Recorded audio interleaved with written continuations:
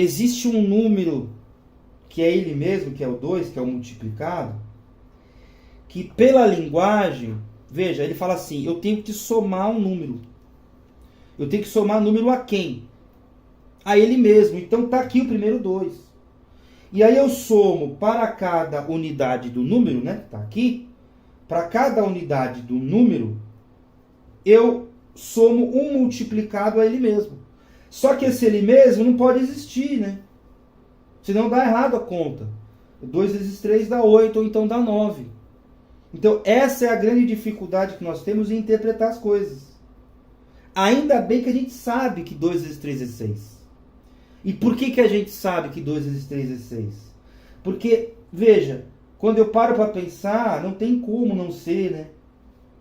Não tem como não ser. É que, bom, é que a gente já sabe, então isso atrapalha um pouco. Infelizmente atrapalha um pouco. O 2 e o 3, né? O 2 vezes o 3 sendo igual a 6 já está na sua cabeça. Então isso atrapalha um pouco.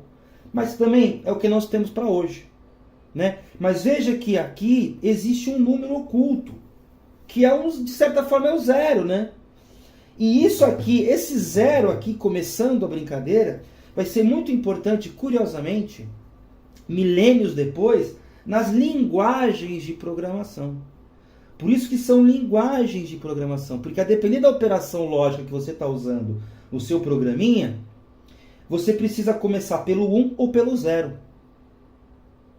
Você não pode começar por qualquer outro. Se você começar uma operação que tem que ser o 0, você começar pelo 1, você vai errar. Você vai pôr uma página a mais, uma linha a mais, uma coluna a mais, um arquivo a mais. Ou então, se você colocar 1 onde era para colocar 0, melhor dizendo, você colocar 0 onde era para ter colocado 1, você vai ter alguma coisa a menos. Ou então não vai funcionar mesmo. Né? Espero que esteja coerente com o que eu acabei de falar. Né? Mas entende que existe um número oculto aqui. Mas é aquela coisa, esse texto aqui, ele já foi traduzido. O próprio ato de falar, de construir um texto, é se alienar da realidade. Então, quando Euclides falava isso e mostrava a operação aos seus alunos, é uma coisa. O pessoal entendia porque existe uma construção ali. Né? Euclides está construindo na frente deles e está falando. Agora, quando ele escreve no papel e alguém que não acompanhou a parte prática vai ler, ele tem uma certa dificuldade, mesmo sabendo grego. Mesmo sabendo grego. Mesmo sendo fluente, tendo nascido no idioma grego, etc. Aí ele escreve no papel, né, faz o livro. Esse livro viaja 2.000 anos, 2.200 anos do futuro, é traduzido para o português, porque essa tradução aqui é direta do grego, né? Então o tradutor, que é, se não me engano, é o Edson Irineu Bicudo. Então o Irineu Bicudo, ele traduziu do grego, do mais próximo do original. Também tem essa, teve um monte de cópia, não é original. Cópia pelo menos em grego. Então, esse texto aqui, ele vai perdendo consistência. Se é, né? Não consistência, né? Ele vai perdendo a essência dele.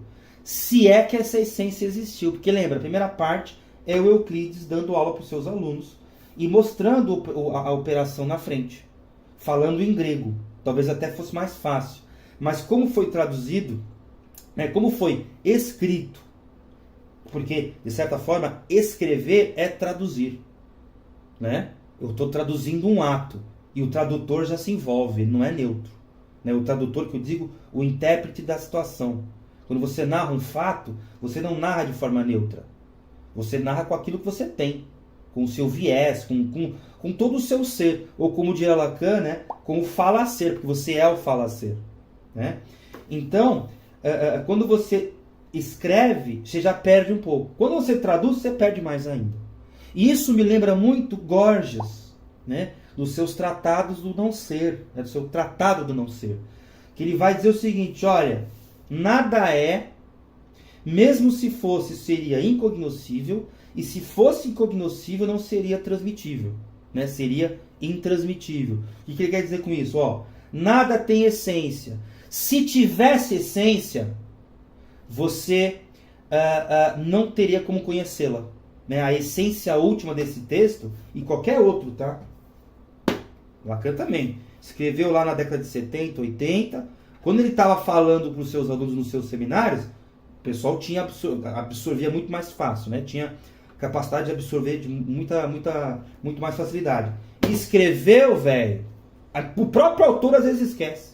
Quantas vezes você se esquece, né? Você escreve e aí você não se reconhece no que você escreveu, né? Então isso acontece para qualquer coisa, né? A matemática é um pouco mais fácil porque tem que você provar, né? Que nem aqui, o 2 vezes 6, aquela coisa toda. Mas, voltando aí a Gorgias, né? Ele vai dizer que nada tem essência. Se tivesse, ela seria impossível de ser conhecida. Incognoscível. Agora, mesmo se fosse cognoscível, se chegou na essência última da coisa, você não transmite para ninguém. Olha que interessante, hein? Né? Multiplicando com Gorgias e Euclides, né? Muito legal, muito legal. Bom, já nem sei o que eu estava falando.